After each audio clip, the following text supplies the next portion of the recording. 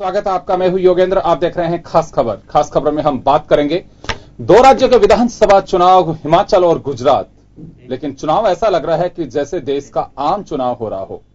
नरेंद्र मोदी और राहुल गांधी दोनों ही इस चुनाव का चेहरा है, लेकिन बदलाव कुछ अलग दिखाई दे रहा है। 2014 में जिस तरह से आक्रामक तरीके से राहुल गांधी निशाने पे बीजेपी के थे, लेकिन अब राहुल कहीं पीछे दिखाई नहीं देते हैं। अब राहुल की आक्रामकता भी लगातार बढ़ती जा रही है। आपको ध्यान होगा कि 75 के आसपास 1975 में इंदिरा गांधी के सामने जेपी और लोहिया जी ने मांग की थी कि सिंहासन खाली करो कि जनता आती है। अब राहुल गांधी मोदी से कह रहे हैं कि आप सिंहासन खाली करिए। यानी कि तीखे वाण और व्यंग दोनों तरफ से ही जमकर चल रहे हैं। आज का मजमून हमारी खास बहस का यही है। और कहां जाएंगे ये शब्द बाण, हम हमारे पैनलिस्ट से मुखातिब होकर के चर्चा करेंगे। लेकिन पूरा मजमून समझिए आज की बहस का।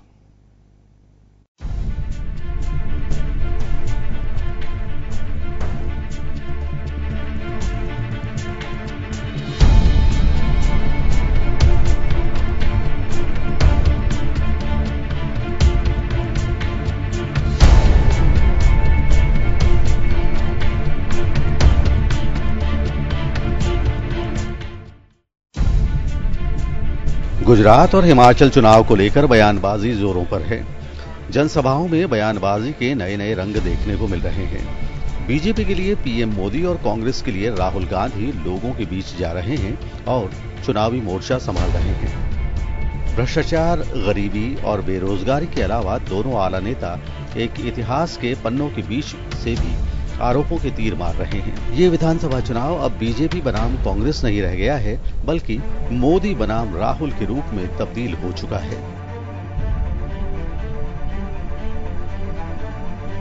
जब इंदिरा गांधी प्रधानमंत्री थी तब तो 500 1000 की नोट भी नहीं थी, 100 रुपये की नोट हुआ करती थी।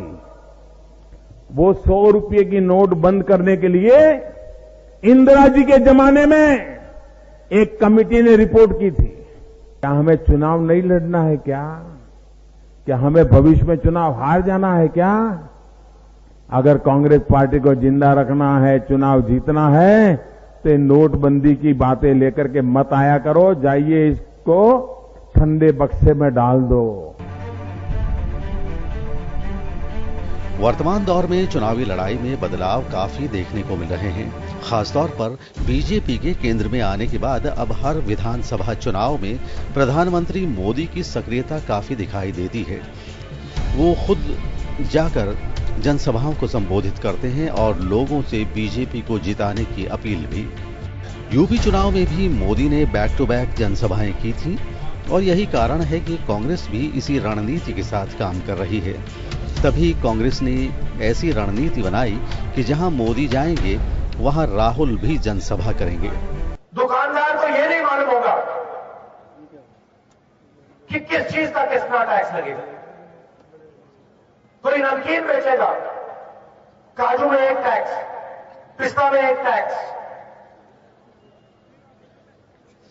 बहुत मुश्किल हो जाएगी। नहीं, कोई मुश्किल नहीं होगी, हम करेंगे। 12 बजे रात को जैसे हमने नोटबंदी की थी वैसे ही हम करके दिखाए। फिर हमने उनसे कहा, देखिए आप ये करना चाहते हो, आस्ते करो, प्यार से करो, पायलट प्रोजेक्ट चलाओ, 3-4 महीने चलाओ, टेस्ट करो और फिर लागू करो। कहते नहीं, हम एक दिन में करें। बीजेपी और कांग्रेस दोनों के लिए दोनों राज्यों के चुनाव प्रतिष्ठा के सवाल बन चुके हैं। गुजरात चुनाव सीधे सीधे पीएम मोदी की प्रतिष्ठा से जुड़ा है। बीजेपी किसी भी हालत में गुजरात को नहीं खोना चाहेगी। यही कारण है कि पीएम मोदी की सक्रियता भी बहुत ज्यादा है। वहीं कांग्रेस चुनावों को एक बड़े मौके के रूप में देख रही है, जो कि उसके लिए 2019 के लोकसभा चुनाव की राह को आसान बना सकती है। ब्यूरो रिपोर्ट, जन टीवी न्यूज। जब उसको बाहर कर रखा बात में सच्चाई भी।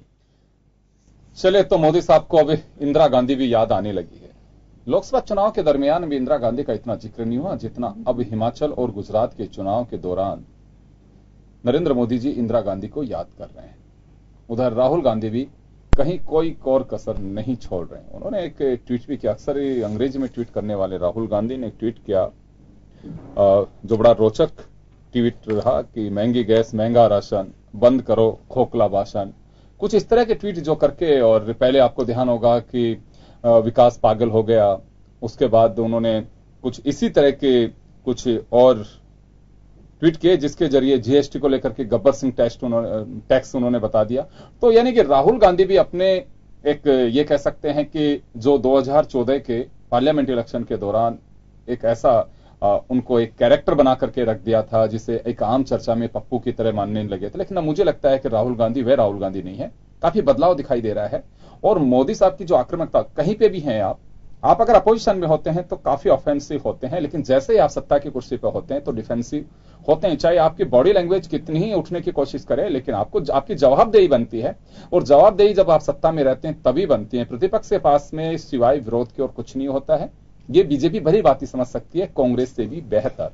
चलिए, श्याम शर्मा जी हमारे साथ इस वक्त समीक्षक और वरिष्ठ पत्रकार, भाजपा से अमित गोयल जी हमारे साथ साथ हैं, कांग्रेस राजस्थान प्रदेश कांग्रेस के जनरल सेक्रेटरी कृष्ण कुमार हरिद्वाल जी हमारे साथ हैं। आप सभी का स्वागत है। श्याम जी, कैसे देखा जाए इस इलेक्शन को? बेशक 2 ही राज्यों में चुनाव हो, लेकिन चुनावी तूफान ऐसा लग रहा है कि जैसे देश के कोई आम चुनाव हो। राहुल गांधी और नरेंद्र मोदी क्षेत्रीय मुद्दों से ज्यादा राष्ट्रीय राजनीति के मुद्दे हैं वो हावी होते दिखाई दे रहे हैं। देखिए योगेंद्र जी, ये चुनाव बड़ा अलग तरह का चुनाव है। एक तरफ तो हिमाचल में तो कांग्रेस की सरकार है, उसको उखाड़ फेंकने के लिए मोदी किसी भी तरीके से अपने वजूद को दिखाने की कोशिश कर रहे हैं। और गुजरात में क्योंकि उनका राज्य है और वहां से वो मुख्यमंत्री रहे और अब 22 साल तक उनका शासन है, अगर उनका शासन वापस नहीं आया तो एक बहुत बड़ी उनके पर प्रश्न चिन्ह लगेगा कि जो अपने राज्य का शासन नहीं ला सका तो 2019 वाले जो लोकसभा का चुनाव होगा उसके लिए बड़ी कठिनाई पैदा करेगा। तो ये दोनों चुनाव करो मरो की स्थिति बीजेपी के लिए बनी हुई है। राहुल गांधी क्योंकि अब इंडिपेंडेंट होकर के पहली बार वो चुनाव मैदान में कूदे हैं। उनकी मां कहीं दिखाई नहीं दे रही है, क्योंकि यूपी के चुनाव में शुरुआती में तो उनकी मां दिखाई दी थी। अब ये स्पष्ट होने लगा है कि राहुल गांधी कांग्रेस के राष्ट्रीय अध्यक्ष के रूप में देखे जाएंगे। तो वो अब वो प्रहार करने लगे हैं जिस प्रकार से कि राष्ट्रीय अध्यक्ष होने के नाते जिस प्रकार से प्रहार किए जाते हैं, वो जो बोल रहे हैं उन्होंने आपने सही कहा कि महंगी गैस और महंगा राशन। अब ये राहुल गांधी के ट्वीट पे है कि ये जिस तरह का वो बोलने लगे हैं उससे लगने लगा है, क्योंकि हिमाचल में तो नहीं, हिमाचल तो अब अंतिम पड़ाव आ गया है क्योंकि वहां इलेक्शन होने जल्दी है। तो इसलिए मोदी ने 3 सभाओं का करके जिस प्रकार से इंदिरा जी को याद किया कि यशवंतराव चौहान ने सलाह दी थी कि नोट बंदी कर दो, 100 रुपए के नोट को बंद कर दो, लेकिन उन्होंने नहीं किया। मैंने जो वो जो साहसिक कार्य वो नहीं कर पाई जो मैंने करके नोटबंदी करके दिखाई है, मोदी कह रहे हैं। और एक तरफ एक और उनके पिताजी को याद करके कह रहे हैं कि देखिएगा कि वो डॉक्टर तो थे लेकिन इलाज नहीं कर पाए। उन्होंने कहा कि जनता में 1 रुपया भेजते तो 85 पैसे खा जाते हैं। तो समय रहते उन्होंने भ्रष्टाचार को समाप्त नहीं किया। ये अब आरोप लगा करके कहना क्या चाहते हैं मोदी, मुझे नहीं समझ में आ रहा। मोदी को अपनी कार्यशैली की बढ़ाई करने के बाद अपनी जो चीज उन्होंने की है, जीएसटी को नहीं उजागर कर रहे हैं, ना कुछ जो निर्णय किए उनको बाहर लाने की कोशिश कर रहे हैं, लेकिन वो पुराने खोज के दिखाने का प्रयास कर रहे हैं कि जो कांग्रेस पुराने शासन में नहीं कर पाई वो मैं करके दिखा रहा हूं। तो राहुल गांधी नई पीढ़ी के जो कांग्रेस के जो राष्ट्रीय उपाध्यक्ष है वो नई पीढ़ी की बात कर रहे हैं कि अब आपका ये खोखलापन नहीं चलेगा, भगाओ ये भगाओ। वो बिल्कुल हिमाचल में तो आपको लगता है कि राहुल गांधी में काफी बदलाव दिखाई दे रहा है इस चुनाव के दरमियान? क्योंकि अब वो क्योंकि इंडिपेंडेंट होकर यूपी में तो सपा के साथ चुनाव प्रचार कर रहे थे, यहाँ खुद प्रचार कर रहे हैं, वो पार्टी की कमान खुद के हाथ में। हाँ। हिमाचल में तो स्थिति उनकी इतनी मजबूत नहीं है। जैसे कि अब आप देखिए गुजरात में जो अशोक गहलोत ने जिस प्रकार से यहाँ से 156 लोगों को ले जाकर के अपनी टीम को जिस प्रकार से प्रचार प्रसार किया है, पैसा भी जुटाया है और सारी बातें भी करी है, तो उससे लग रहा है कि अशोक गहलोत ने कुछ, क्योंकि वहां वजूद कांग्रेस का खत्म सा हो गया था, उसको वापस कोशिश की कि उसको किस तरह स्थापित किया जाए। और जो आपके सामने राजनीतिक परिप्रेक्ष्य में जो दिख रहा है कि जिस प्रकार से पिछले चुनाव में बघेला को वापस से किस प्रकार से खड़ा किया जाए, कुछ वहां पर निश्चित रूप से कांग्रेस के विभाजन, कांग्रेस के मतों को बांटने के लिए मेरे को लगता है कि 40 से अधिक सीटों या 70 से अधिक सीटों पर उनके उम्मीदवार होता है। ये आप उसके बाद जो एनसीपी में जो देव वाली पटेल पाटीदार, हाँ। जो पाटीदार और पटेल जो है जो था हार्दिक पटेल को भी एनसीपी में शामिल करके फिर उनको भी बांटने की बात हो रही है। तो इस प्रकार से मोदी अंदर से राजनीतिकरण जिस प्रकार से कर रहे हैं कि किसी प्रकार से कांग्रेस के वोटों को बिखेरा जाए और खुद इंडिपेंडेंट होकर एकता से लड़े तो वापस से शासन आ सके। तो मोदी बहुत कारगर तरीके से अपनी नीति और रीति को वापस से गुजरात में पेश करने जा रहे हैं। बिल्कुल। चलिए, गुजरात से लंबे समय तक शासन करने के बावजूद भी नरेंद्र मोदी इस वक्त उस चुनावी गणित में काफी उलझे हुए दिखाई देते हैं। बेशक बीजेपी के नेता इस बात को कहते हैं कि नहीं, किसी तरह की कोई उलझन नहीं है, लेकिन उनकी बॉडी लैंग्वेज साफ दर्शाती है कि मोदी के लिए चुनाव जीतना, अगर चुनाव जीत भी जाती है बीजेपी, लेकिन इतना सहज दिखाई नहीं दे रहा। पूरी तरह से कह सकते हैं कि पहले के जो चुनाव नरेंद्र मोदी ने जीते उस वक्त के कॉन्फिडेंस लेवल और अब बेशक कद बड़ा हो, लेकिन छोटे राज्य होने के बावजूद भी हिमाचल और गुजरात के चुनाव बीजेपी के लिए पसीने छूटने वाले चुनाव दिखाई दे रहे हैं। अमित जी, आपसे मैं जानना चाहूंगा कि कांग्रेस ये कह रही है कि इंदिरा जी का नाम लेकर के मोदी अपना बचाव करना चाहते हैं। अगर नोटबंदी उस वक्त बीजेपी कांग्रेस के लिए कहा जा रहा है कि कमेटी ने एक रिपोर्ट दी थी कि नोट ये बंद कर दीजिए। इंदिरा गांधी का उस वक्त का वक्त है, लोकसभा चुनाव में इंदिरा गांधी याद नहीं आ रही, लेकिन इन चुनावों में इंदिरा गांधी और राजीव गांधी भी याद आ रहे हैं मोदी साहब को। देखिए, करीब 3.5 साल का बीजेपी का शासन हो चुका है और देश के प्रधानमंत्री ने बहुत ही साहसिक फैसले किए हैं। जब उन साहसिक फैसलों को गिनाने की जनता के बीच में बात आती है तो साथ में एक संदर्भ निकलता है हमेशा। जैसे मोदी जी ने 5 राज्यों के चुनाव से पहले नोटबंदी का फैसला किया। जितने भी टीवी चैनल्स में देखता था, चुनावी पंडित थे, वो कहते थे कि मोदी जी ने एक इतना बड़ा जुआ खोला है कि मोदी जी को बहुत नुकसान होता है, भारतीय जनता पार्टी को 5 राज्यों के चुनाव में नुकसान होगा। उसके बावजूद सारे चुनावी पंडितों के अनुमानों को ध्वस्त करते हुए जनता ने उस कदम को हाथों हाथ लिया, सराहा और 5 राज्यों में से 4 राज्यों में बीजेपी की सरकार आई। उत्तर प्रदेश में तो बिल्कुल ये मान के चलिए कि कांग्रेस और समाजवादी साथ मिलकर लड़े, उनका सुपड़ा ही साफ हो गया। तो जब इस बात का संदर्भ आता है तो साथ में पुरानी बातें निश्चित रूप से होती हैं कि भाई हमने देश हित में इतना बड़ा निर्णय लिया, इतना रिस्क लिया कि जनता नाराज हो, लेकिन देश के लिए जरूरी है तो हम करेंगे, और जनता ने भी उसको सराहा। और एक उस समय के जमाने की बात है जब इंदिरा गांधी जी को कमेटी ने बाकायदा कहा कि आप वो करनी चाहिए देश हित में, और उन्होंने राज्यों के चुनाव को देखते हुए राजनीतिक लाभ हानि के लिए उस निर्णय को लागू नहीं किया। तो मोदी जी जो कह रहे हैं वो इंदिरा गांधी को लेकर स्पेशली कुछ कहने वाली बात नहीं है। उन्होंने जो अपनी उपलब्धि बताई है और उस उपलब्धि के साथ में वो एक संदर्भ बताया है कि भाई उस संदर्भ में उस समय ऐसा हुआ, ये अगर पहले होता तो शायद मुझे नहीं करना पड़ता। तो इसे बहुत सामान्य रूप से मैं मानता हूं, इसमें कोई बहुत ऐसी बात नहीं कि इंदिरा गांधी को विशेष रूप से याद किया जा रहा है इस चुनाव को लेकर। जी हरिद्वार जी, क्या माना जाए, राहुल गांधी काफी आक्रामक दिखाई दे रहे हैं। बीजेपी कह रही है कि मुद्दों से भटक रहे हैं। अगर समय रहते कांग्रेस नोटबंदी, करप्शन फ्री माहौल अगर देती है तो आज ये सब कदम बीजेपी को उठाने नहीं पड़ते। देखो, मेरा इसमें व्यक्तिगत मानना यह है कि हमारे देश के प्रधानमंत्री अपने आप को कमजोर महसूस कर रहे हैं। कभी वो पटेल का सहारा लेते हैं, कभी वो इंदिरा गांधी की बात बोलते हैं, कभी ये बोलते हैं मैं सबके पैसे वापस दिखा दूंगा। ये बातें पुरानी हो गई। जनता ये पूछना चाहती है कि आपको 3 साल से ऊपर राज्य करते हो गए, आप बताइए आपने क्या किया। जीएसटी आप पहले विरोध करते थे, जीएसटी लगा दी। आप अपने विदेशी भागीदारी का विरोध करते थे, 100% कर दिया आपने। हर प्रकार से कमजोरी दिखाते हुए केवल मोदी ये कहना चाहते हैं। असली बात तो यह है कि मोदी के पास तो विरासत नहीं है। विरासत में उनको मिले सरदार वल्लभ भाई पटेल। सरदार वल्लभ भाई पटेल जिनके दिल में, सांस में, हर जगह कांग्रेस बसी हुई थी, आजकल उनको अपना आइकॉन मानने लग गए। अब वो इंदिरा गांधी की बात करने लग गए। इंदिरा गांधी की बात करते हैं कि नोटबंदी नहीं की, ये बात नहीं करते। इंदिरा गांधी ने वो काम किया जो विश्व में आज तक कोई नहीं कर पाया कि 2 लाख से अधिक, 1 लाख से अधिक और 2 लाख की सेना को सरेंडर कराकर और पाकिस्तान को घुटने के नीचे ला दिया। उस बात की जिक्र क्यों नहीं करते मोदी? क्यों नहीं करते? मैं बताता हूं इसके पीछे। क्योंकि उन्होंने एक छोटा सा कोई सर्जिकल स्ट्राइक की, उसको बड़े बड़े बातों में दिखाए जा रहे हैं। इंदिरा गांधी का और मोदी का कोई मुकाबला नहीं। वो मोदी जो कह रहे हैं कि मुझे मालूम चला उन्होंने ऐसा किया। आज से 33 साल पहले इंदिरा गांधी की स्वर्गवास हो गया था। 33 साल पहले मोदी कहां थे, किस राजनीति में थे, क्या कर रहे थे, किस राज्य में थे, कहां पे प्रचार कर रहे थे, किस स्थिति में थे, कुछ पता नहीं है। इस प्रकार की बातें करके, जनता से बातें मालूम करके जनता को बरगलाने का काम जो मोदी कर रहे हैं, जनता नहीं सहन करेगी। राहुल गांधी अटैकिंग मूड में है, क्योंकि राहुल गांधी कहते हैं कि जब डीजल का भाव, पेट्रोल का भाव आज से दुगने से भी ज्यादा भाव में था, तब भी हमने 70 रुपए का डीजल दिया था, राशन फिर भी सस्ता था, बिजली फिर भी सस्ती थी। अब राशन महंगा, पेट्रोल महंगा, डीजल महंगा, हर चीज महंगी है। तो फिर मोदी किस बात की उपलब्धि बताना चाहते हैं? हर बात को कि मैं पैसे निकाल लूंगा, ये कर दूंगा। 3.5 साल में कौन सा पैसा निकाल दिया? क्या हुआ? जितने पैसे उन्होंने ब्लैक मनी सोची थी उससे ज्यादा पैसे आ गए उनके पास।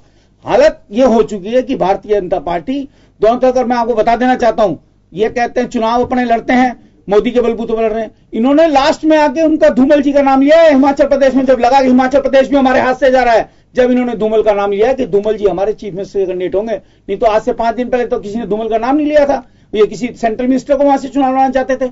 स्थिति बीजेपी हर जगह खराब है, हिमाचल में भी खराब है।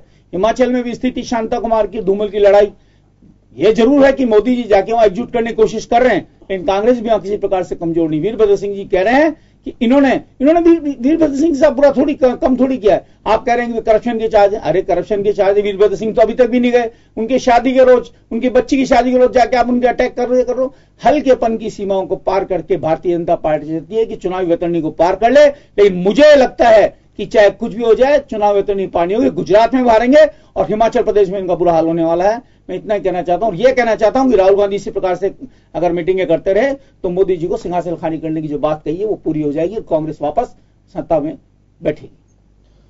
चलिए, महंगाई एक पूरा मुद्दा है, सभी के लिए है, चाहे वो राज्य का हो चाहे केंद्र का हो। लेकिन श्याम जी, आपको क्या लगता है कि जो क्षेत्रीय मुद्दे हैं वो काफी गौण हो रहे हैं? और दूसरा एक सवाल और है कि जब 2002 में नरेंद्र मोदी वहां मुख्यमंत्री बने, उसके बाद लगातार चुनाव जीतने के साथ ही जब 2007 माफ करिएगा, जब 2014 का जो चुनाव, 12 का जो चुनाव था, उस चुनाव में नरेंद्र मोदी को जिस तरह से जनता ने आगे बढ़ाया और उसके बाद 14 में उसी वक्त तय कर दिया गया था कि ये पार्लियामेंट इलेक्शन में बीजेपी का चेहरा हो सकते हैं नरेंद्र मोदी, और ये चुनाव अगले वाला बीजेपी के, कांग्रेस की तरफ से कौन होगा ये एक अलग बात है, लेकिन बीजेपी का फेस हो सकते हैं। वजह साफ थी कि जब नैनो का कारखाना उन्होंने एक SMS के जरिए वेस्ट बंगाल से गुजरात के मेहसाना में शिफ्ट करवाया, तो तभी से लगने लगा था कि इनकी जो एक विकासशील पुरुष के रूप में एक छवि बन चुकी है। लेकिन अब गुजरात के अंदर नरेंद्र मोदी को वो सब चीजें या तो जनता भूल चुकी है या फिर वो करिश्मा केंद्र में जाने के बाद नहीं दिखा पाए नरेंद्र मोदी। देखिए योगेंद्र जी, गुजरात को उन्होंने क्या नहीं दिया? गुजरात को सबसे सारी चीजें गुजरात को देने की कोशिश की। जब बाढ़ आई तो 500 करोड़ दे दिए बिना मांगे हुए। सबसे पहले गुजरात को देखने गए वो। तो गुजरात से क्योंकि लगाव इसलिए है, निश्चित रूप से लंबे समय तक मुख्यमंत्री। मेरा सवाल तो सिर्फ इतना सा है कि जब नरेंद्र मोदी 2012 में एक बार फिर मुख्यमंत्री का चुनाव जीते थे, वहां से बेशक सीटें कम हुई थी लेकिन मुख्यमंत्री बने थे, और उसके बाद एक तस्वीर सामने दिखाई दे रही थी भविष्य की कि 2014 का चुनाव नरेंद्र मोदी के नेतृत्व में बीजेपी लड़ सकती है। उस वक्त पूरे मुल्क में यह लगा था कि अब आवश्यकता नरेंद्र मोदी की इस देश को है। अब भी नरेंद्र मोदी के हाथ में एक बड़ी ताकत जो फेडरल सिस्टम की है, बावजूद उसके अब मोदी साहब को यह कहना पड़े कि अगर गुजरात में उन्होंने कहा, जो चर्चा का विषय भी है कि मोदी ने भावनात्मक एक वहां पे अहमदाबाद में कुछ मीटिंग्स की जिसमें कहा गया कि अगर नरेंद्र मोदी यहां से हारते हैं तो आप एक बड़े नेता को, आपके को, अपने बेटे को देश की राजनीति से बाहर करवा दोगे। तो कुछ इस तरह के इमोशंस वो लेकर के जो चर्चा का विषय है वहां पे कहा जा रहा है। तो क्या अब ये सब चीजों को सहारा लेना पड़ रहा है? उस वक्त नरेंद्र मोदी के लिए मोदी की जो गूंज दिखाई देती थी वो एक विकास के लिए दिखाई देती थी, वो मुझे थोड़ा सा कम होती दिखाई दे रही है। क्या वजह मानी जाए इसकी? योगेंद्र जी, जिस प्रकार से गुजरात से मोदी पूरे देश में शासन करने के लिए आ गए, अब क्योंकि जब गुजरात की स्थिति नाजुक स्थिति में, क्योंकि चुनाव हो रहा है, 22 साल से बीजेपी सत्ता में, वहां निश्चित रूप से वहां के मुख्यमंत्री को प्रोजेक्ट नहीं किया जा रहा है। वहां के मुख्यमंत्री रूपाणी हैं, उनको ये नहीं कहा जा रहा है कि उनके नेतृत्व में सरकार आगे वाली बनेगी। वहां भी आज भी प्रधानमंत्री अपने आप को प्रोजेक्ट कर रहे हैं और वहां कह रहे हैं कि यदि आपने गुजरात चुनाव हरा दिया तो ये आपका लाल यहां से चला जाएगा हमेशा के लिए, मतलब देश से भी कट जाएगा। तो ये भावनात्मक रूप से वोटर्स को अपने पक्ष में करने के लिए जिस प्रकार की भावना प्रकट कर रहे हैं, तो उससे लग रहा है कि मोदी की जो स्थिति 2012 में थी वो आज नहीं है। इसलिए वो भावनात्मक रूप से वहां के वोटर्स को ये कहने का प्रयास कर रहे हैं कि कांग्रेस आ गई तो आपका अस्तित्व संकट में हो जाएगा। उसका कारण है कि देश का लाल जो आपका देश में पूरे शासन कर रहा है, वो यहाँ का शासन अगर दोबारा लाके नहीं देगा तो हमेशा के लिए कुछ भी हो सकता है, क्योंकि जब वो यूपी के चुनाव, जब वो देश का चुनाव लड़ने गए थे तो उन्होंने कहा था कि मैं गंगा मैया ने मुझे बुलाया और चुनाव लड़ने आया हूं। यहाँ वापस से गुजरात में वापस में आकर के कह रहे हैं कि यहाँ का लाल अगर हार गया तो देश में संकट पैदा होगा, देश में उनको पूछा नहीं जाएगा। तो वो भावनात्मक रूप से अपने वोटों को बढ़ाने के लिए जिस प्रकार की राजनीति जो करते आए हैं, वो शुरू से उन्होंने भावनात्मक रूप से, आप देखा होगा कि बैठकों में लाल कृष्ण आडवाणी के लिए कह करके रो पड़ते हैं और अपनी माँ के लिए, जिस प्रकार से वो भावना लोगों को अपनी तरफ आकर्षित करने का उनमें जो जज्बा है वो तो है शुरू से, क्योंकि उन्होंने सीखा है। हिमाचल में भी क्योंकि वो प्रभारी के रूप में वहां पर रहे हैं, तो कई वर्षों तक वहां के लोगों को जब वो सभा करते हैं तो नाम लेकर के पुकारते हैं कि मैं आपके साथ घूमा था, मैं आपके साथ बैठा था, खाना खाया था। तो वो कोशिश ये करने का प्रयास करते हैं कि वो भावनात्मक रूप से गुजरात से भी जुड़े हैं और हिमाचल से भी जुड़े हैं। राज्य छोटे हैं लेकिन उनकी प्रतिष्ठा इस देश के आने वाले चुनाव जो होंगे, 2000 अभी तो कर्नाटक में चुनाव होंगे, फिर 2018 में राजस्थान, मध्य प्रदेश और छत्तीसगढ़ के चुनाव होंगे, फिर उसके बाद लोकसभा के चुनाव होंगे। तो ये सारी चीजें निरंतर चुनावी प्रक्रिया जीतने से तो उनकी छवि बरकरार रहेगी, अगर हारते हैं तो उनकी छवि गिरेगी, तो उसका परिणाम अच्छा नहीं होगा और कांग्रेस अपने आप को मजबूती के आधार पर आगे बढ़ने का प्रयास करेगी। क्योंकि राहुल गांधी अभी तो राष्ट्रीय अध्यक्ष बने नहीं, लेकिन इस चुनाव के बाद वो भी राष्ट्रीय अध्यक्ष बन जाएंगे, ऐसा लग रहा है सारी चीजों को।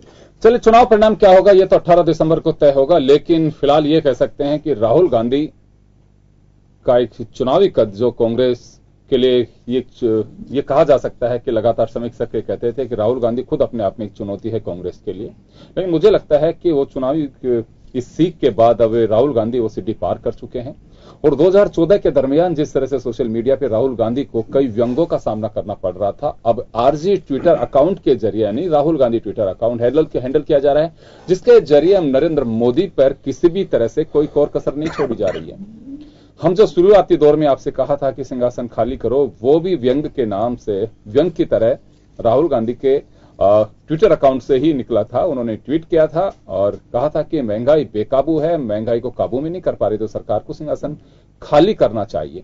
चलिए, एक छोटे से ब्रेक के लिए रुकेंगे और ब्रेक के बाद हम बात करेंगे। नरेंद्र मोदी को एक बार फिर सीख दी है कि गीता ये कहती है कि कर्म करो, फल की इच्छा मत करो, लेकिन मोदी कहते हैं कि फल का हो और मजे करो, कर्म की कोई परवाह मत करिए। ये कैसे कहते हैं राहुल गांधी? छोटे से ब्रेक के बाद।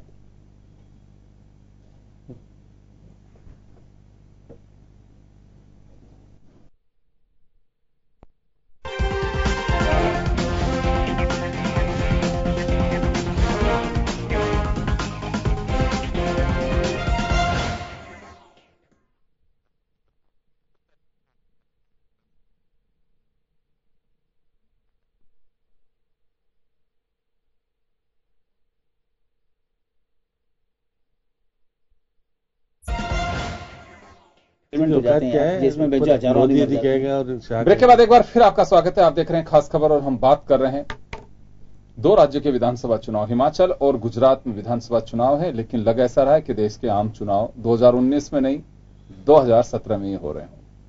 2 राज्यों के चुनाव, लेकिन पूरे देश की सियासत में पूरी तरह से एक हलचल मचाए हुए हैं।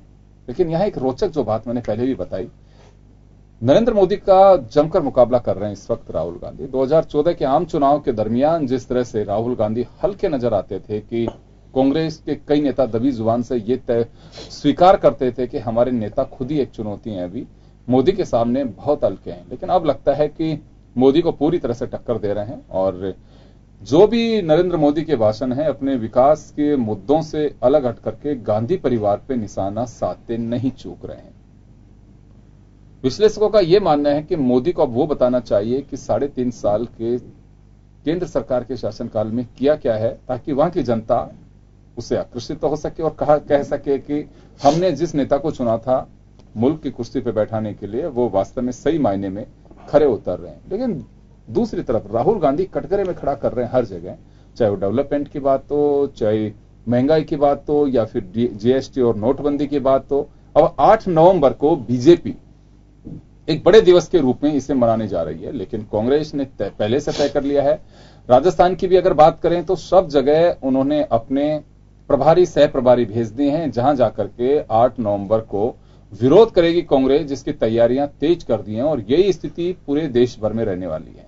एक मैसेज देने की पूरी तरह से कोशिश करेगी कांग्रेस कि नोटबंदी की वजह से क्या परेशानी रही, और इवनिंग में जो बताया जा रहा है एक श्रद्धांजलि सभा भी की जाएगी कि नोटबंदी के दौरान जिन लोगों की मौत हुई उन लोगों को एक श्रद्धांजलि भी कांग्रेस अर्पित करेगी। चलिए श्याम जी, आपके पास में एक बार फिर आना चाहूंगा कि बड़े रोचक बयान आ रहे हैं इस वक्त राहुल गांधी के, कभी नरेंद्र मोदी के। नरेंद्र मोदी कहते हैं कि सरदार वल्लभ भाई पटेल मेरे गुरु हैं, और इंदिरा गांधी अगर ऐसा कर चुकी होती तो आज हमें ये सब कदम नहीं उठाने पड़ते। यानी कि बीच में नरेंद्र मोदी के बाद भी कई प्रधानमंत्री बने, जिसमें बीजेपी के भी 3 बार शपथ लेने का मौका प्रधानमंत्री अटल बिहारी वाजपेयी को भी मिला। 13 दिन की सरकार, फिर कुछ महीने की सरकार, फिर 5 साल की सरकार। तो इस तरह से वाजपेयी जी को भी वक्त मिला, आडवाणी उनके बिल्कुल कंधे से कंधा मिला करके चल रहे थे। तो क्या वो उनकी भी चूक कही जाए, या उसके बाद में कदम उठा के कर सकते थे, या फिर नोट जो थे वो सिर्फ मोदी जी का इंतजार कर रहे थे? देखा गया कि क्यों स्थिति, अब जब आपके सामने यूपी का चुनाव और 5 राज्यों का, यूपी और 5 राज्यों के जब चुनाव हुए थे तो उपलब्धि के नाम पर भाजपा के पास कुछ था नहीं, तो उन्होंने नोटबंदी का सहारा लिया। उसका कारण है कि नोटबंदी करके उन्होंने अपने विपक्ष के नेताओं को धराशायी करने का प्रयास किया, और जो सामने चुनाव में दिखा भी। अब मायावती बिल्कुल खत्म हो गई, सपा बिल्कुल खत्म हो गई। इस प्रकार से जब, क्योंकि नोटबंदी में रुपयों की स्थिति तो उनके पास थी, जो स्थिति आप देखिए मायावती कितने नोटों के साथ हुआ, उसके साथ सारी बातें आई, सामने आया। सपा के पास तो 500 करोड़ एक नंबर में थे, बाकी वो थे। लेकिन सत्ताधारी शासन ने के लोगों ने पहले से, क्योंकि उन्होंने कहा कि करने जा रहे हैं, तो लीकेज तो हुई थी सारी बातें।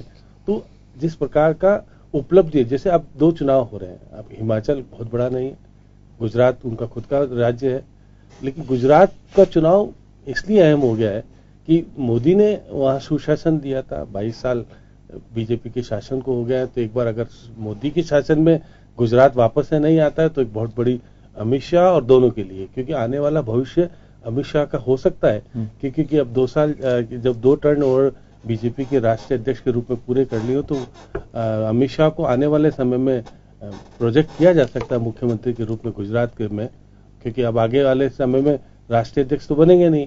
तो ऐसी स्थिति में उनका राजनीतिक भविष्य कहाँ सुरक्षित होगा?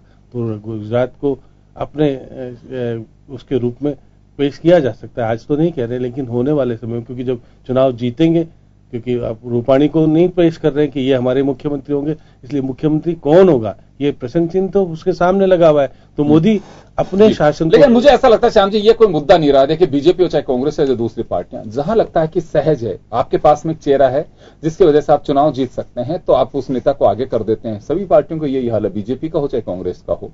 और जहां लगता है कि हमारा नेता जिसके चेहरे पे हम दाव खेल सकते हैं वो कमजोर हो सकता है, तो कहा जाता है कि सामूहिक नेतृत्व में हम लड़ रहे हैं। हमारी पार्टी के जो कदावर नेता, उनके नेतृत्व में माननीय मोदी जी, माननीय अमित शाह साहब के, जो एक कही जाती है बात है। इसी तरह से कांग्रेस कहती है कि राहुल गांधी जी हमारे पास में एक ऐसा चेहरा है। तो ये तो मुझे ऐसा लगता है कि फ्लेक्स, वो क्या कहते हैं, बड़ी ही लचीलापन है नजरिया जो है वो राजनीतिक दलों का, कि जहां सुविधा हो आपकी तो आप नेता को स्थापित करिए, और नहीं है तो आप पीछे हट जाइए।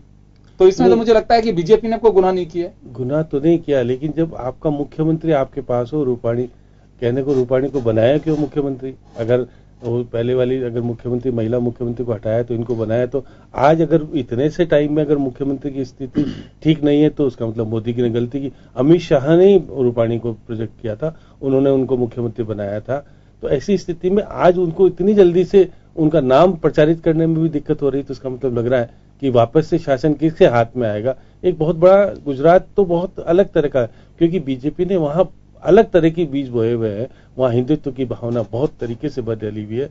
तो जिस प्रकार से गोधरा कांड हुआ था, सारी बात हुई थी, उसके बाद इनको केंद्र से भेज करके अटल बिहारी वाजपेयी ने भेजा था, और उसके बाद मुख्यमंत्री बने, और उन्होंने अपने गुजरात का जिस प्रकार से भूकंप आया तो फिर गुजरात का निर्माण किया। वो सारी बातें देखते हुए तो आज जिस प्रकार से मोदी जी ने कुछ दिन पहले ही जिस प्रकार के बुलेट ट्रेन की घोषणा की थी, अब बुलेट ट्रेन की बात नहीं हो रही है वहां पर।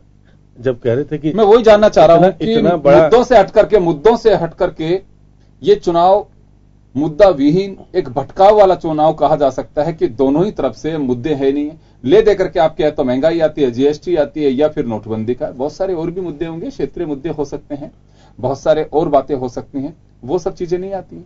देखिए, क्योंकि वहां का चुनाव भावनात्मक रूप से किस प्रकार से जीता जाए, ये चुनाव वहां का अलग तरह का हो गया है। चलिए, मैं श्याम जी आपके पास में आ रहा हूं, मैं हरिद्वार जी आपके पास में आना चाहूंगा। नोटबंदी को लेकर के 8 नवंबर को पूरे देश भर में कांग्रेस कई जगह पे विरोध प्रदर्शन करेगी, श्रद्धांजलि सभाएं कर रही है, कई तरह के विरोध के अपने रास्ते अपनाएगी।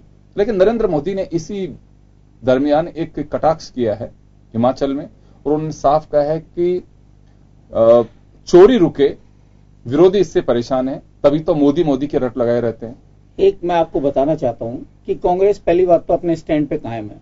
नोटबंदी का विरोध पहले भी कर रही थी, आज भी कर रही थी। एक हमारे कवि होते हैं, उन्होंने बहुत अच्छी बात कही कि साहब मोदी जी कहते हैं कि चोरी रुकनी चाहिए, तो भाई चोरी रुकनी चाहिए तो डाका भी रुकना चाहिए। उन्हें कहते हैं जो बड़े बड़े उद्योगपतियों को जो सुविधाएं दी जा रही है, जो फायदे दी जा रहे, वो भी रुकने चाहिए। आपके ऐसे ऐसे आदमी जो भग गए यहाँ से, करोड़ों रुपए लेके कई बैंकों को कंगाल करके, उन पे कार्रवाई नहीं कर पाए, आपके यहाँ से मेंबर ऑफ पार्लियामेंट बने, और ये कहते हैं हर बात पे बीजेपी वाले कहते हैं हमने 4,000 जीत ले, 4,000 जीत ले। पंजाब के अंदर हारे, गोवा के अंदर हारे, मणिपुर के अंदर हारे, वो तो अपने एडजस्टमेंट के लिए थी, खरीद फरोख्त करके बन गए। हाईएस्ट आज तक का रिकॉर्ड रहा है कि गवर्नर हमेशा जो सबसे ज्यादा पार्टी होती है उसको बनाते हैं। दोनों जगह कांग्रेस को नहीं बुलाया, उनको बुलाया। तो ये बातें सब छोड़ के बीजेपी बेसिकली अपनी जो कहना चाहिए मॉरल है वो तो हार चुकी है। अब तो चुनाव हारने की बात है, उसमें इमोशनल दावे किए जा रहे हैं। मैं कहता हूं बुलेट ट्रेन की बात क्यों नहीं करते, ये बात क्यों नहीं करते। अब जीएसटी लगाने लगे, जीएसटी मेरा नहीं है, जीएसटी पूरे हिंदुस्तान का है। हर कांग्रेस ने कहा तो जीएसटी, हम कहते हैं कि जीएसटी हम ला रहे थे, जब आपने विरोध क्यों किया। जीएसटी उस वक्त हमारी थी 14% की, आप जीएसटी 28% तक ले गए। आप नोटबंदी की बात करते, इंदिरा गांधी निकली, आपके बाकी मुख्य इंदिरा गांधी के बाद मुरारजी भाई बने, उसके बाद अटल बिहारी वाजपेयी बने, गुजराल बने, देवगौड़ा को भी आपने सपोर्ट किया। कि बड़ी बुरी हालतों में ये लोग रहे, और आज स्थिति यह है कि केवल इनके पास 2 नाम रहते हैं, इंदिरा गांधी का नाम लेते हैं, सरदार वल्लभ भाई पटेल का नाम लेते हैं। मैं कहता हूं अटल जी को सर्वमान्य मान्यता माना गया है, कांग्रेस के लोग भी मानते हैं अटल जी बहुत सुलझे हुए आदमी थे, देश के प्रति ठीक भावना थी। उनका नाम क्यों नहीं लेते, ले दे के फिर आ जाते हैं। मैं सरदार वल्लभ भाई का चेला हूं, भाई तुमने कब से क्लास ज्वाइन करी उनकी, कब गए उनके पास, कब उनके घर में गए। आज गुजरात में आप पत्रकार हैं, जाके अपने पत्रकार के वहां के लोकल पत्रकार से पूछिए, जो वल्लभ भाई पटेल का घर है स्मारक, उसकी हालत जीर्ण शीर्ण अवस्था में पड़ा है। ये सब झूठी बातें बोलकर, क्योंकि आज मैं नहीं कहता कि इनके नेता बड़े हैं, आप बनाना था इतनी बड़ी मूर्ति बनाई अपने 1000 फीट की, 100 फीट की, 200 फीट की, 500 आप बनाते हैं ना, आपके कौन से जिनकी बनाते हैं, शताब्दी बनाते हैं, बना रहे हैं शताब्दी, दीनदयाल उपाध्याय की बनाते हैं, वहां लगाते हैं कि हमारे ये बीजेपी के हैं। आपको क्यों कांग्रेस के नेताओं को लगानी पड़ रही है? क्यों स्वच्छ अभियान में गांधी का नाम लेते हो? लीजिए किसी और का नाम, वीर सावरकर का नाम, किसी का नाम लीजिए, मना थोड़ी करते हैं आपको। ले दे के कांग्रेस के नेता ही ये सोच रहे हैं कि कांग्रेस के नेता ही हमको बचा सकते हैं। हम कहें कि साहब हमारे को आप बीजेपी का मत समझो, मैं को अटल बिहारी और आडवाणी का चेला नहीं हूं, मैं तो किसका चेला हूं, सरदार वल्लभ भाई पटेल का। जो आदमी मॉरली रूप से इतना डर चुका है, इतना हार चुका है, उस आदमी की क्या बात करना। मैं तो एक बात कहता हूं, प्रधानमंत्री को खुल के कहना चाहिए कि मैं भारतीय जनता पार्टी का हूं, आरएसएस का कार्यकर्ता हूं, और मैं ये काम करना चाहता हूं। सरदार वल्लभ भाई पटेल, इंदिरा गांधी की इनकी बातें करके अपने गिरेबान में खुद झांके, और जिसके लिए मैं कहता हूं शायद इसलिए उस बात का दोष कर रहे हैं, जबकि दंगों के समय पे अटल बिहारी वाजपेयी ने कहा राज धर्म का पालन करना चाहिए। वो बातें इनके दिमाग में आज तक है, इस दुर्भावना से ग्रसित होकर ये सरदार वल्लभ भाई पटेल का नाम ले। सरदार वल्लभ भाई पटेल लौह पुरुष थे, हिंदुस्तान की जनता सदैव उनको याद रखेगी, एक बड़े कांग्रेस के अध्यक्ष के नाम पे, एक गुजरात के बड़े नेता के नाम से। और हिंदुस्तान जब आजाद हुआ, सब राज्यों को एक राज्य करने के लिए सरदार वल्लभ भाई का जो योगदान है वो कांग्रेस का, और उनका योगदान हमेशा रहेगा। और कई बार ये बातें और होती है, मैं आपके जरिए कहना चाहता हूं कि 70 साल में कांग्रेस ने क्या किया। इस 70 साल में कांग्रेस ने जो किया है, 70 साल में ये हालत थी कि पहले आज जो कह रहे हैं नोटबंदी की, कांग्रेस की श्रीमती इंदिरा गांधी ने बैंकों का राष्ट्रीयकरण करके और एक गरीब जनता को बैंक तक पहुंचा दिया। नहीं पहले सेठ साहूकारों पर जाना पड़ता था, बैंक में गरीब आदमी जा नहीं सकता था। आज कोई भी आदमी खुलेआम जाकर अपने पैसे जमा कर सकता है, निकलवा सकता है, बात कर सकता है। हरिद्वार जी मैं आता हूं आपके पास में, आपने कहा कि करप्शन का जो जिक्र किया जा रहा था उसको लेकर के आपने कटाक्ष किया है। मैं आपसे जानना चाहूंगा अमित जी एक बात कि मोदी साहब एक बात कह रहे थे राहुल गांधी जी पे, वाया राजीव गांधी, एक व्यंग का कहा कि पहले तो शहजादे कहते थे कम से कम, अब विरोधी या प्रतिपक्ष के नेता ये तो कहने लग गए हैं। उन्होंने कहा कि मुझे बहुत अच्छे से ध्यान है कि राजीव गांधी जब अलवर के खेड़ली में आए थे तब उन्होंने स्वीकार किया था इस बात को कि देश के विकास में किस तरह की छीजत है। रुपए में से 85 पैसे कहीं चले जाते हैं और 15 पैसे मूल विकास तक पहुंचते हैं। आपको नहीं लगता है कि एक सच्चाई उन्होंने स्वीकार की थी कि देश के अंदर क्या चल रहा है? देखिए, मैं बहुत सारी बातों का जवाब देना चाहूंगा। बिल्कुल इस प्रश्न के अलावा हमारे भाई हरिद्वार जी इस तरह की बातें लग रहे हैं, मुझे लग रहा है कि डिबेट नहीं कॉमेडी हो रही है। इन्होंने कहा राहुल गांधी की बात की, इन्होंने सरदार पटेल की बात की। मैं मानता हूं राहुल गांधी और मोदी जी की तुलना ही नहीं हो सकती। अगर मोदी जी और राहुल की तुलना की जाए तो ये माना सकता है एक मूंछ का बाल और एक पूंछ का बाल। अगर आप राहुल जी की बात करेंगे, पूरे 3 साल की बात कर रहे हैं, 3.5 पूंछ का बाल बड़ा होता है तो आप किसको मेरी बात नहीं, मूंछ का बाल तो मूंछ का बाल होता है, पूंछ का बाल पूंछ का बाल होता है, इसका स्थान का बहुत फर्क होता है। नहीं, भैंस के बहुत काम आती है पूंछ, उससे मेरी बात नहीं, मूंछ का बाल तो मूंछ का बाल ही होता है। आप राहुल गांधी की मुझे तुलना नहीं कर सकते आप। दूसरी बात सरदार, आपने बात की, मेरी बात सुनिए, आपने बात की खरीद फरोख्त की, हमारी अटल बिहारी वाजपेयी की सरकार, अटल बिहारी वाजपेयी सर्वमान्य नेता थे, आपने कहा अटल बिहारी वाजपेयी सर्वमान्य नेता थे, आपने कहा क्योंकि रही सरकार, आपने एक वोट हम नहीं खरीद सकते थे, खरीद फरोख्त करते तो हमारी सरकार रेलवे में हम समझौता नहीं किया और हमारी सरकार गिरी केंद्र में सिर्फ एक वोट के चक्कर में। क्या बीजेपी एक वोट मैनेज नहीं कर सकती थी? हमने हमेशा शुचिता की राजनीति करी है, हमने हमेशा शुचिता की राजनीति करी है। दूसरी बात, आप बात कर रहे हो करप्शन की, 50 साल में से 33 साल गांधी परिवार के लोग देश में प्रधानमंत्री रहे। आज देश की दुर्दशा हो रही है। आज आप 12 महंगाई की बात कर रहे हैं तो राहुल गांधी आज 19 साल से सोनिया गांधी आपके राष्ट्रीय अध्यक्ष, अब राहुल गांधी आपके राष्ट्रीय अध्यक्ष, सोनिया गांधी राष्ट्रीय अध्यक्ष, आपके पास में गांधी परिवार के कुछ है नहीं, आपके पास में गांधी नहीं है, गांधी परिवार के लोग। आप दोनों की बात कर रहे हैं, आप बार बात रही इमोशनल की। अरे भाई, नरेंद्र मोदी का जी का परिवार है गुजरात, 3 बार मुख्यमंत्री रहे, 22 साल से सरकार हमने आज अपने परिवार के बीच में जाके कोई मंदिर की बात करते हैं तो भाई पटेल का नाम लो कि मेरे गुरु वो थे। अरे नाम लो, मेरे सरदार पटेल की बात कर रहे हो। सरदार पटेल को आपने गृह मंत्री बनाया और कश्मीर के मुद्दे अलग कर दिया। कश्मीर के गृह मंत्री नहीं थे वो, मामले नहीं देखते थे वो।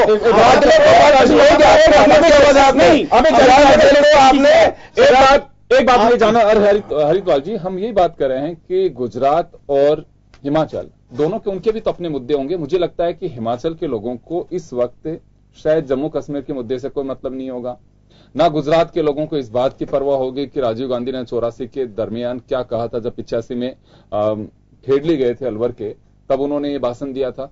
तो ये जो सब चीजें हैं, राहुल गांधी अगर कोई जिक्र करते हैं जिसका कोई मतलब नहीं हो वहां पे, या नरेंद्र मोदी जिक्र करते हैं जिसका कोई मतलब नहीं हो, अगर लगातार कांग्रेस की पार्टी के कमान अगर गांधी परिवार के हाथों में रहते हैं तो क्या देश के लिए एक मुद्दा है? ये मैं आपसे जानना बहुत बड़ा मुद्दा है। मुद्दा बता दीजिए। आखिर लोकतंत्र नहीं है पार्टी में, क्या मुद्दा? अरे आप ये सोचिए, अब राहुल गांधी से ज्यादा कोई योग्य व्यक्ति नहीं है कांग्रेस पार्टी में। सिर्फ एक परिवारवाद की राजनीति हो सकता है।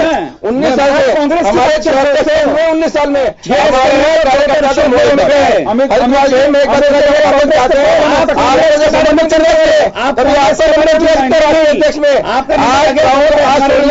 कल राहुल उनके बच्चे अरे बाहर निकलिए, बाहर निकलिए, इनसे बाहर निकलिए। 19 साल से क्या हो रहा है? 19 साल से सोनिया गांधी और उसके बाद के अंदर राहुल गांधी, उसके बाद प्रियंका गांधी, इसके अलावा कुछ नहीं है आपके पास में। अमित जी, लेकिन कांग्रेस में कार्यकर्ता योगदान नहीं है। हमारी बात छोड़ दीजिए, आप बता सकते हैं हमारी पार्टी का राष्ट्रीय अध्यक्ष कौन? अमित शाह जी के बाद में बता सकते हैं? ज्योतिष नहीं है, आपके तो बता सकते हैं, आपको बता सकते हैं। आपके अभी राहुल होंगे, उससे प्रियंका हो जाएगी, सब कुछ फिक्स है आपके यहाँ। सिर्फ आप परिवारवाद की राजनीति करते हो, परिवार एक परिवार की भजन करना आपको ये शोभा देता है। आपको देश को इससे क्या अर्थ है? देश को फर्क, देश का राहुल गांधी बने चाहे सोनिया गांधी, आप तो मेरे जिस पार्टी को जनता ने मैं जाना चाह रहा हूँ राहुल जी, आप पूरी जनता ने नकार दिया। हरिद्वार जी, राजस्थान की मुख्यमंत्री ने आपको नकार दिया है। राजस्थान की मुख्यमंत्री के बारे में कहिए अपने बेटे को किसी प्रकार से कोई काम उसका योगदान नहीं है, उसको 4 बार सांसद का टिकट क्यों दे रही है? तुम्हारे परिवार सांसद का टिकट क्या है? सिंह का दामाद अगर आपका तो राष्ट्र नेतृत्व जैसा है, आप क्या बात कर रहे हैं? फर्क है हमारी कितनी आप लोगों को पता है, आप लोग पूरे देश को पता है, पूरे देश को पता है, आप लोगों के पास कोई मुद्दा नहीं है। ट्विटर से देख रही है, आपको गुजरात में पता चल जाएगा, आपको हिमाचल में पता चलेगा, आपको पूरा साफ हो जाएगा। बता सकते हैं सन 1950 में कितने फोन थे राजस्थान में? 19 फोन थे। आज हर गली में, हर घर के अंदर 19 फोन है। आपको पता है कांग्रेस ने 7 साल में क्या करो? 19 फोन रखोगे? देश, हर देश तरक्की करी है। अरे भैया, जो देश इंडिया के साथ आजाद, देखो आपने अगर टैंक थे, अरे आपका राष्ट्रीय अध्यक्ष जमानत पे बाहर है करप्शन के मामले में, क्या बातें कर रहे हो आप? अरे आपके अब राष्ट्रीय अध्यक्ष तो चोरी करते पैसे लेते, अरे आपने फंसाया, आपने हमारे अमित शाह उनको जेल भेजने का प्रयास किया, आपने समर्थन करते। मुझे लगता है कि ये आप लोग क्योंकि देश की राजनीति कुछ बस इसी परिदृश्य में दिखाई दे रहा है कि मुद्दे जो हैं वो गौण हैं और सिर्फ कपड़े कौन किसके ज्यादा नोच सकता है, ये देश की राजनीति की एक सियासत हो गई है, एक कहूंगा कि एक तासीर बन गई है। मैं आपसे जानना चाहूंगा कि अभी आपने एक आरोप लगाया कि तो आपने फंसा अमित शाह साहब को जेल भेजने की कोशिश की गई थी, ये हम भी इस मामले में थोड़ा सा जानना चाहते हैं, कांग्रेस ऐसा क्यों कर रही है कि अमित शाह को जेल भिजवाना चाहिए? देखिए, कांग्रेस ने हमेशा तुष्टिकरण का काम किया है। इशरा जहां का जो हुआ, जो पुलिस के रेड मारी गई, इशरा जहां एनकाउंटर मारी गई, तो आतंकवादियों के वो साथ में थी, उसको पूरी तरीके से इस तरह से रखा गया जनता के सामने कि भाई इसमें कहीं ना कहीं अमित शाह जी का हाथ है। फिर आप देखिए, दिनेश शर्मा हमारे राजस्थान के बहुत बड़े पुलिस अधिकारी थे, बहुत ईमानदार पुलिस अधिकारी रहे, कई बार कांग्रेस की मतलब तारीफ करते हैं चैनल से उनकी, आगे साहब उन्होंने देखो करप्शन के इतने बड़े मामले खोले, उनको आपने जेल भेज दिया। तो सिर्फ एक तुष्टिकरण के लिए, वोट बैंक की राजनीति के लिए अहमद के कारण गुजरात में अहमद बहुत बड़ा खतरा है इसके अंदर, जांच में मुक्त है। एक बात अमित जी, एक बात कहना चाहूंगा, आप में और कांग्रेस में कोई ज्यादा अंतर नहीं है। अगर ये आपको मालूम है इस बात की जांच किसने की थी उस वक्त की? गुजरात में जब नरेंद्र मोदी मुख्यमंत्री थे, वहां की क्राइम ब्रांच के आईजी गीता जोहरी ने जांच की थी, जिसमें दिनेश एमएन जेल गए थे। कांग्रेस का कोई मतलब नहीं है। दूसरी बात, ये केस सुप्रीम कोर्ट के निर्देश के बाद सीबीआई को ट्रांसफर हुआ था, आपकी जानकारी में होना चाहिए।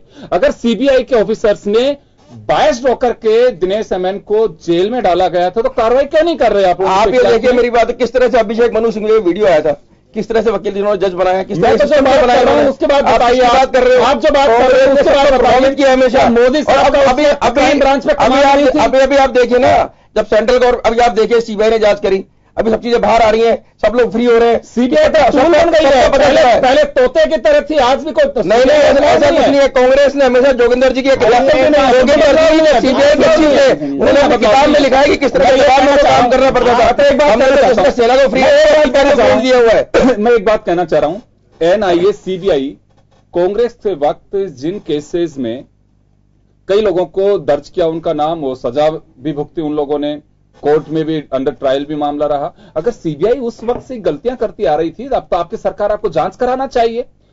सीबीआई जांच क्यों नहीं करा रहे हैं आप लोग? सजा देनी चाहिए उनको, उन लोगों को पनिशमेंट देना चाहिए। पहले दबाव में खराब की है। ये जो लोग इन्वेस्टिगेशन करते हैं, वो इसका कोई सबूत यूं नहीं होता है कि उसका कि आपका कोई सामने के सामने सबूत इन्वेस्टिगेशन का आधार होता है। मैं तो एक बात क्या करना है, मेरे मित्र से आधा क्लास अब आज बताइए, एमएन की बात कर रहे हैं,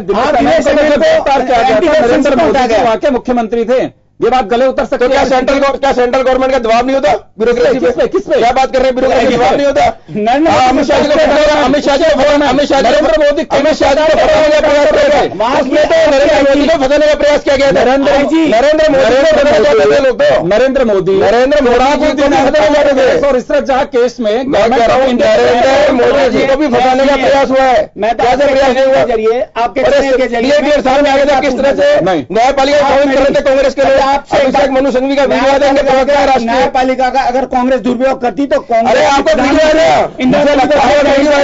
एक बात सुनिए, मुझे ऐसा लगता है कि इस देश की राजनीति में आप अभिषेक मनु सिंघवी का वीडियो निकालेंगे, ये संजय भाई जोशी का वीडियो निकाल करके आएंगे, आएगी, या फिर जो आपके राष्ट्रीय अध्यक्ष थे उनका वीडियो लेकर के आएंगे। क्या देश आम जनता को इन सब वीडियो से मतलब है? उनका पेट इस वीडियो से भर जाएगा। आम जनता के लिए हमारी सरकार जितनी काम कर रही है, आप देखिए हमने समाज सुरक्षा प्रदान की सरकार पूरे देश के अंदर। आज बेनामी संपत्ति की बात हो रही है, अमित जी मोदी जी गलत नहीं कर रहे हैं, जानना चाहता है कि अलग अलग करके परवाह नहीं कर रहे हम। आज मोदी जी बेनामी संपत्ति की बात कर रहे हैं, क्या देश का 99.5% आदमी से प्रभावित नहीं होगा? इससे वो लोग प्रभावित होंगे जिन्होंने से चोरी करी है और चोरी करके जनता के माल को अपने घर में जमा किया है। आज मोदी जी उनकी बात कर रहे हैं, क्यों कर रहे हैं? आज कांग्रेस के लोग इससे परेशान क्यों है? आज कांग्रेस के लोग इसमें परेशान है कि आज की तारीख में जो सरकार कदम उठा रही है उससे बहुत लोग परेशान है। अमित जी, आपने एक बात कही, आप कहें चाहे नरेंद्र मोदी, आज ये चौराहे की चर्चा है उनके एक दिन पहले का भाषण कि इंदिरा गांधी को रिपोर्ट मिली थी उस वक्त, अगर वो चाहती नोटबंदी करना तो आज हमें कदम उठाने नहीं पड़ते। यानी कि आप उस वक्त की जो सूझबूझ थी आप उस पर ठप्पा लगा रहे हैं, ये आपका एजेंडा नहीं था, आप उस पर चल रहे हैं। जीएसटी कांग्रेस का एजेंडा था, मैंने कहा एक संदर्भ दिया, यानी कि आप कांग्रेस संदर्भ दिया, सरकार ने संदर्भ दिया, इंदिरा गांधी का मान लिया, इंदिरा गांधी का संदर्भ दिया। श्याम जी, आपसे एक बात जानना चाहूंगा कि देखिए मुद्दा तो कोई है ही नहीं देश की राजनीति में, मुद्दा विहीन राजनीति इस वक्त देश में कही जा सकती है। मैं तो एक बात जानना चाहूंगा कि मोदी साहब पहले अपना एजेंडा बताते थे कि उत्तर प्रदेश के चुनाव तक मुझे ये लोग कैसे कैसे यातनाएं देंगे, लेकिन मेरा क्या, मैं फक्कड़ हूं, वापस चला जाऊंगा, मुझे कोई परवाह नहीं है। अब नरेंद्र मोदी जी जीएसटी को लेकर के कांग्रेस के लिए कहा जाता है कि कांग्रेस ही जीएसटी लेकर के आई थी, नोटबंदी के लिए एक कमेटी की रिपोर्ट का जिक्र करते हैं और कहते हैं कि इंदिरा गांधी के वक्त अगर यह काम कर दिया गया होता तो आज यही स्थितियां नहीं बनती। तो यानी कि मोदी साहब कांग्रेस की योजनाओं पर ठप्पा लगा रहे हैं।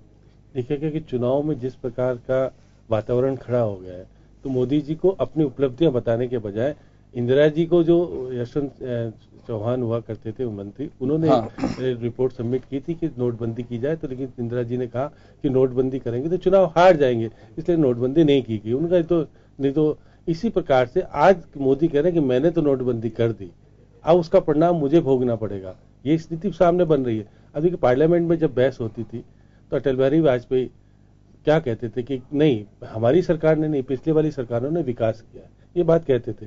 लेकिन मोदी कहते कि ऐसा नहीं किया, तो या तो उनके प्रधानमंत्री झूठ बोलते या ये झूठ बोल रहे, दोनों की बातें। वो इंदिरा जी को दुर्गा कहते थे और इंदिरा जी उन पर इतना विश्वास करके यूएनओ में हमारा देश का प्रतिनिधित्व। देखिए उस वक्त हम प्रत्यक्षदर्शी तो नहीं है, हमें उस वक्त क्योंकि संसाधनों का अभाव था, सुना नहीं था। लेकिन ये बात सही है कि कई बार समाचार पत्रों में इस बात का उल्लेख मिलता है कि उस वक्त अटल बिहारी वाजपेयी ने कहा था कि दुर्गा का रूप है और उन्होंने आंख बंद करके, और लेकिन आज बीजेपी ये बात कहती है कभी नहीं कहा, ये बीजेपी से खारिज करती है। देखिएगा वो चुनाव अगर आपके मतलब देखेंगे, नजर शर्मा का इंटरव्यू सुनेंगे, उसमें अटल जी ने खुद ने कहा है कि मैंने कभी दुर्गा नहीं कहा। आप एक बार उनका इंटरव्यू देखिए, आपके गलत में नजर शर्मा का इंटरव्यू, अटल जी ने खुद ने इंटरव्यू दिया। अरे अटल बिहारी वाजपेयी जो प्रतिपक्ष के नेता थे, यूएनओ में भेजा था ना अपने, उसके लिए मना कर रहा है। विश्वास आपस में था। और अब अटल जी ने दुर्गा शब्द की बात कर रहा हूँ, कभी दुर्गा शब्द का प्रयोग नहीं किया। अटल जी ने क्या कहा था कि मैं अब यहाँ प्रतिपक्ष के नेता के रूप में नहीं, देश का नेता के रूप में आया हूं। और उन्होंने देश के प्रतिनिधि के रूप में उन्होंने जो भाषण दिया था हिंदी में, निश्चित रूप से एक अच्छा भाषण था। उन्होंने वो तारीफ की थी कि हमारे देश में किस प्रकार का शासन और क्या कुछ हो रहा है। तो वहां जाकर के सारी चीजें, आज यही चीजें, क्योंकि कांग्रेस की स्थिति नाजुक स्थिति में है, इसमें दो राय नहीं, क्योंकि 46 लोग इनके पास हैं, इनके प्रतिपक्ष का नेता नहीं बन पाया स्थिति। और उदारवार्ता प्रधानमंत्री ने बिल्कुल नहीं दिखाई, क्योंकि अगर केजरीवाल 2 बीजेपी के विधायकों को होने के बाद भी प्रतिपक्ष के नेता का दर्जा देते, तो यहां भी अगर प्रधानमंत्री बड़ा दिल रखते तो कांग्रेस के जो गडकरी है उनको हो सकता था, खड़गरे जो है उनको प्रतिपक्ष का नेता का दर्जा दिया जाना चाहिए, मल्लिकार्जुन खड़गरे। तो ऐसी स्थिति में जो स्थिति बन रही है वो हृदयता और पुरानी चीजों को, परंपराओं को कायम नहीं किया गया। अब पुरानी चीजों को उजागर करके ये कहना चाहते हैं कि हम वो चुनाव में हमने लागू कर दिया और वो लागू नहीं कर पाए। आपको अपनी उपलब्धियां बतानी चाहिए थी। आपने जो गुजरात में जो कुछ किया उसको दिखाना चाहिए था। आप जो कर रहे हो कि आपके जो उनका 57,000 की सब्सिडी हमने बचा तो ली, लेकिन स्थिति क्या है कि किसानों की आज हम आप किसानों को जो कुछ देना चाहिए था नहीं दे पाए। स्थिति भयंकर स्थिति बनी हुई है। आपके स्वामीनाथन की रिपोर्ट कहते हैं कि 85% लागू कर दी गई, लेकिन आज तक हम समर्थन मूल्य सही तरीके से किसानों को दे नहीं पा रहे। तो ये सारी चीजें नहीं कर पा रहे। अब देखिए जीएसटी की काउंसिल की बैठक आपके 8 और 9 और 10 को होने वाली है। वो प्लास्टिक पे कम करेंगे, आपके और कुछ चीजें जो कि आपके सामने महंगाई की। जिस समय का अभाव मैं रोकना चाहूंगा आपको, तो कुल मिलाकर के बात यह है कि हिमाचल और गुजरात के विधानसभा चुनाव, लेकिन चुनाव ऐसे लग रहे हैं कि जैसे कि मुल्क के आम चुनाव सामने आ रहे हों और क्षेत्रीय मुद्दों से दूर हट करके अब वो छीटाकसी में तब्दील होते जा रहे हैं चुनाव, जो मुझे लगता है कि भविष्य में अगर यही हालात रहे तो देश के डेमोक्रेटिक सिस्टम में, जिसे एक फेस्टिवल के रूप में हम सेलिब्रेट करते हैं इलेक्शन को, वो महज इस तरह से दिखाई नहीं देंगे। सिर्फ यही होगा कि कौन किसको कितनी गालियां दे सकता है, आधार वही होगा। मुझे लगता है कि इस पर लगाम लगाना जरूरी है और इसमें तभी लग सकता है जब राजनीतिक दल अपना बड़प्पन दिखाएं और देखें कि भारत के लोकतंत्र का इतिहास कैसा रहा है, चुनाव कैसे लड़े जाते थे। मुझे लगता है कि वापस उस ओर लौटना बहुत जरूरी है। बहुत बहुत शुक्रिया आप सभी का, और खास खबर में बस इतना ही। दीजिए इजाजत, नमस्कार।